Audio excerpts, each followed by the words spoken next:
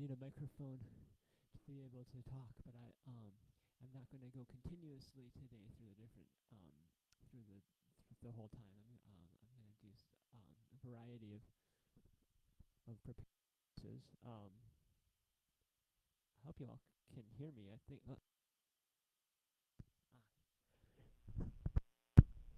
Okay, sorry. I need a microphone to talk, and I'm not gonna go continuously through um the the whole set without stopping. I have different pieces that I prepared, and I'm going to uh uh explain a little bit about what's going on each time that I for with each thing. So thank you um for joining me for this number 100 concert. It's just a number maybe, but it was exciting and something I decided to make to do something a little bit different than I usually did, and I decided to be extra prepared for it. And so you've heard a lot of the kind of mashup, reusing pre-existing material, um, um, and I think you can hear me now. I know that you couldn't hear me a minute ago, and I think you can hear me now. Please send another message if you. I guess I need to type that. Yes. Okay. Um.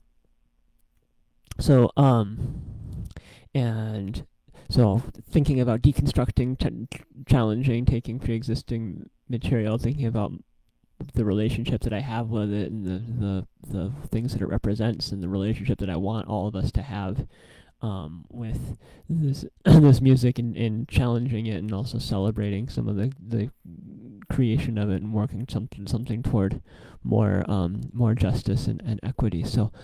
Um, so so if you've heard some different deconstructions of American melodies and established um, uh,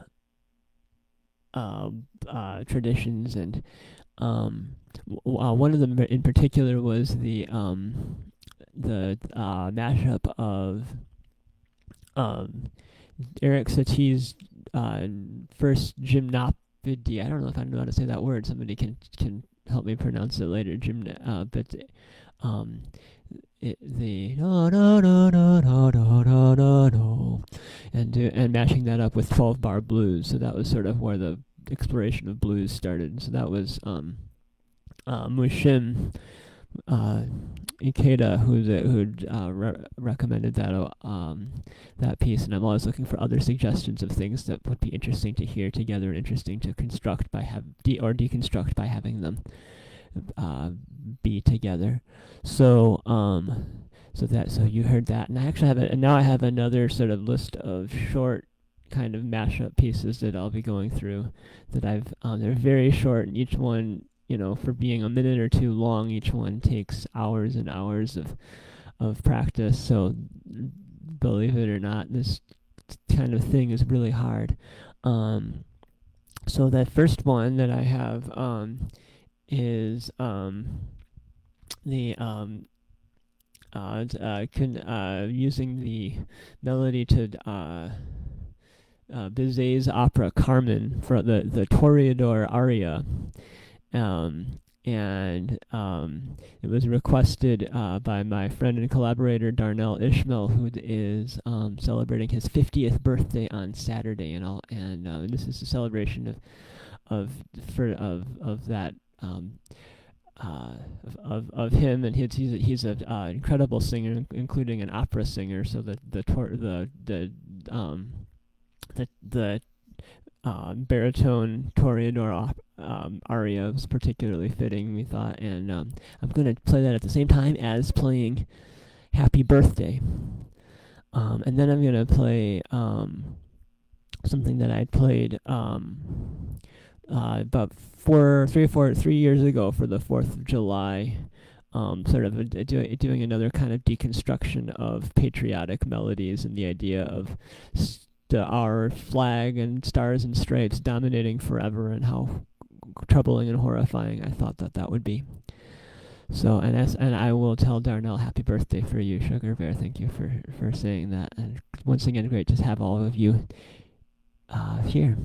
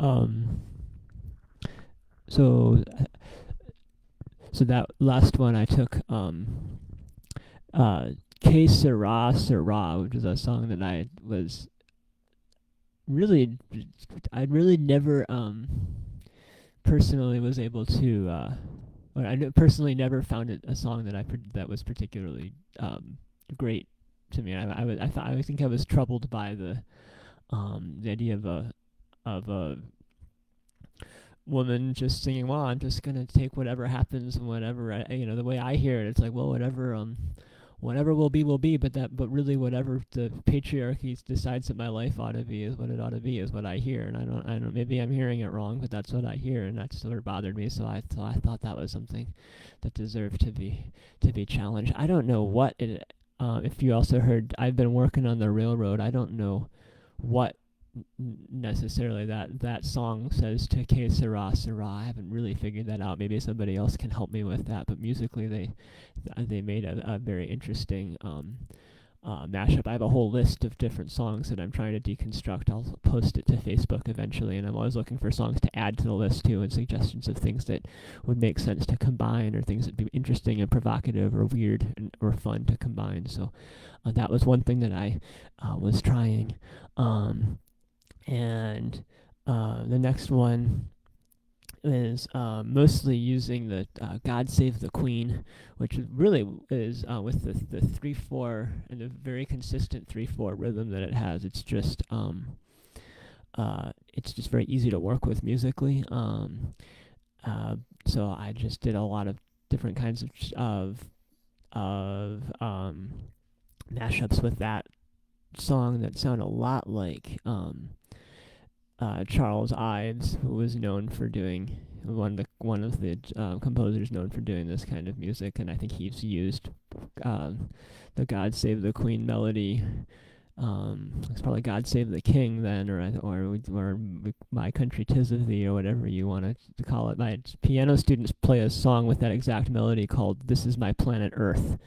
This is my planet Earth, which I thought was kind of fun. So maybe you'll find some other meanings in this song too, beyond just the music, the musical reasons that I sort of put these songs together. And then I'm gonna go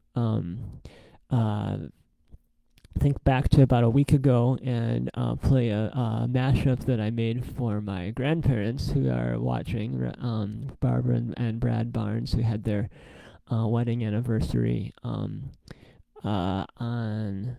so a week ago on Tuesday, and requested that I play "Here Comes the Bride" and also blessed be the tie that binds. And so of course I played them together, and of course I played them in different keys, and I think it was even hard to recognize everything all together when I put it all together like that. But since that was another one that I've been working on, I'm going to share that one too.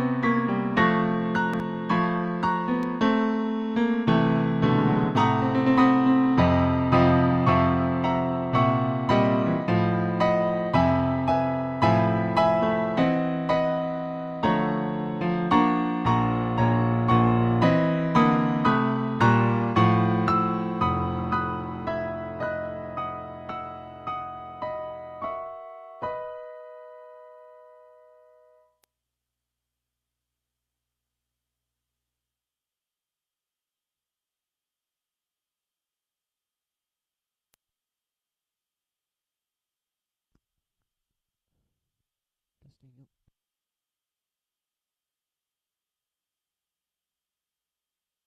Okay. Um, some of you have seen videos of me playing these,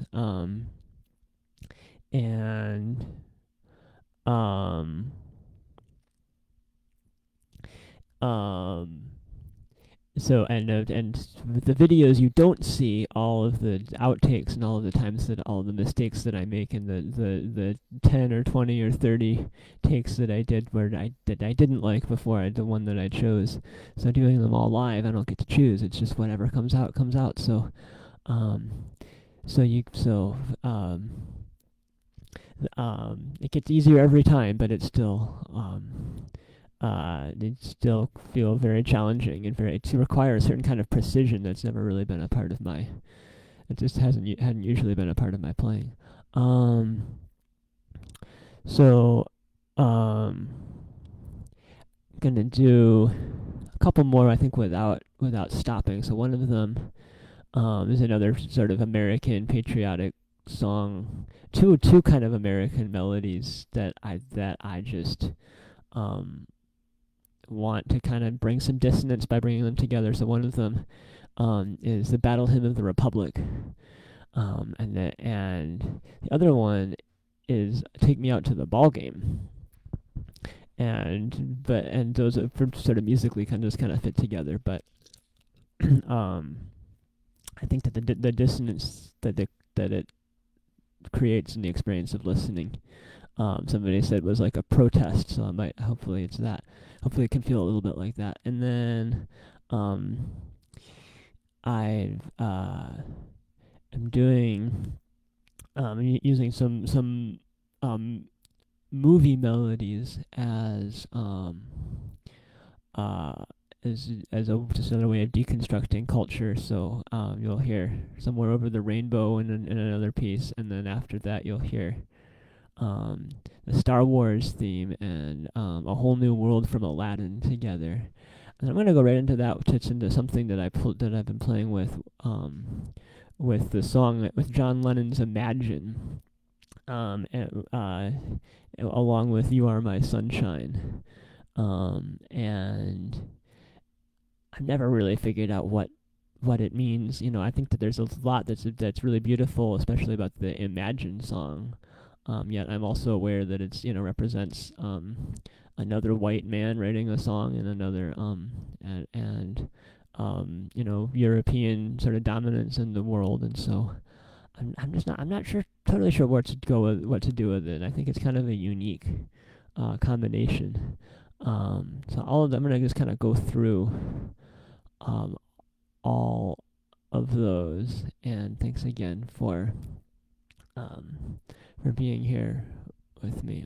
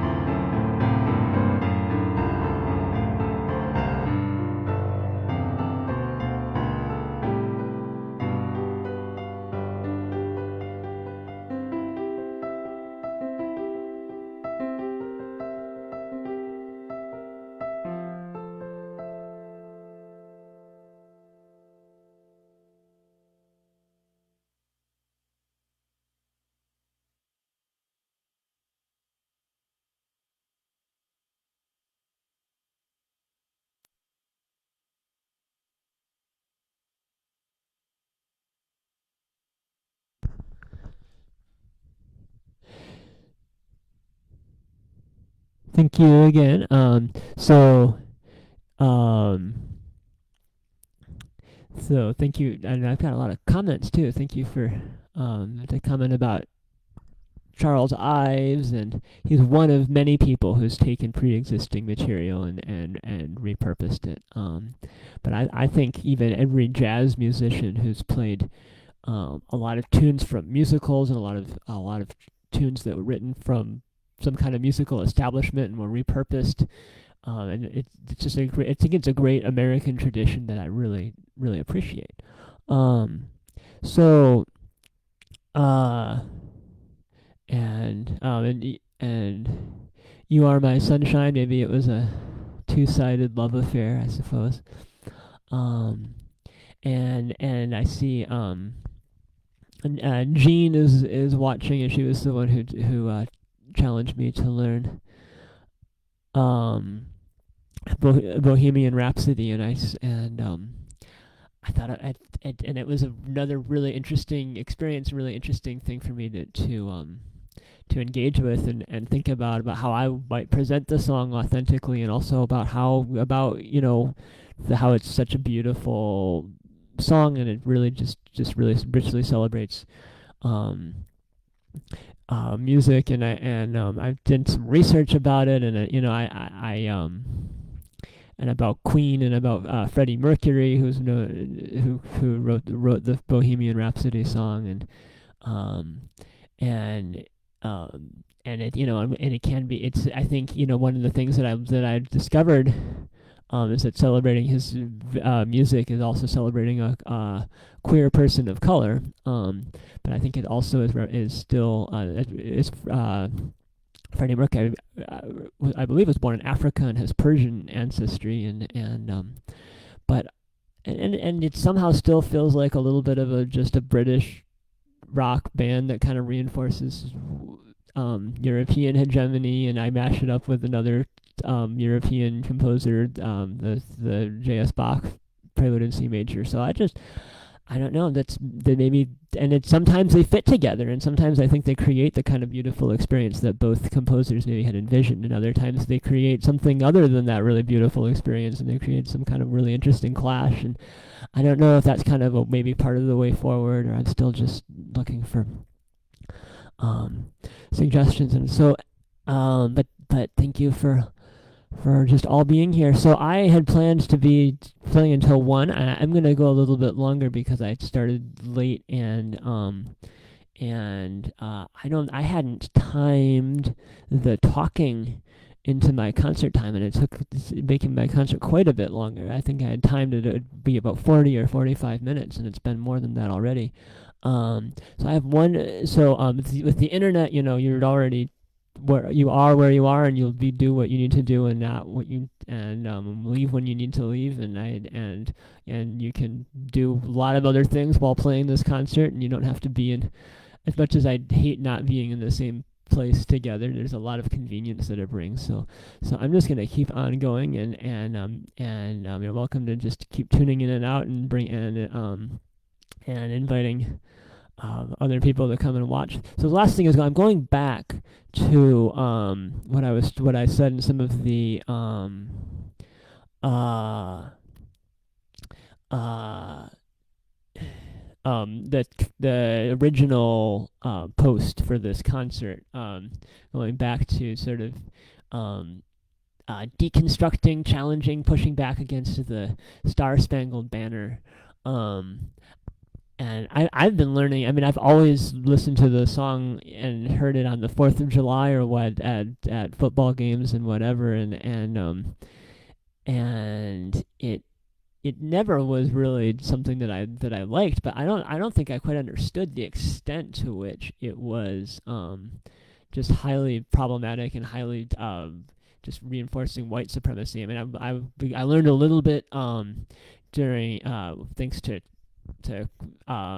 people like Colin Kaepernick, and just about how a protest around the anthem really can be a way of of challenging white supremacy, and I learned a lot from that. But I didn't. But I had to really delve into the history into one that there and before I could understand more about it. I think there's a verse that's often not sung where that's directly describing violence against slaves. Against that or the word or against people who were enslaved, and the wording is about hiring in slaves in the original verse, and it's just quite awful. And so I'm just trying to struggle with how can I is there a way to musically tear it down in the way that we're tearing down so many racist monuments? And I don't know how that works, and I don't know. So I'd love to hear some thoughts and as I do this last sort of section. But it's all about sort of the Star Spangled Banner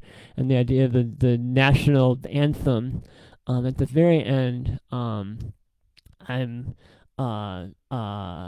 also engaging and celebrating an anthem that really does resonate with me.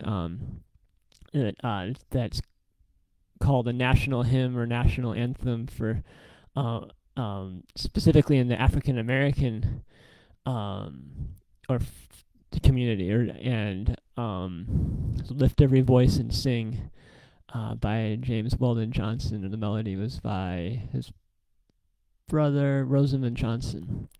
So and that's maybe also kind of a reconstructing sort of positive maybe musical experience. I don't know. I'd love to hear more about that, but that's where I'm gonna end up today. And so I just appreciate all of you being here and sharing one more thing with all of you together. Thank you.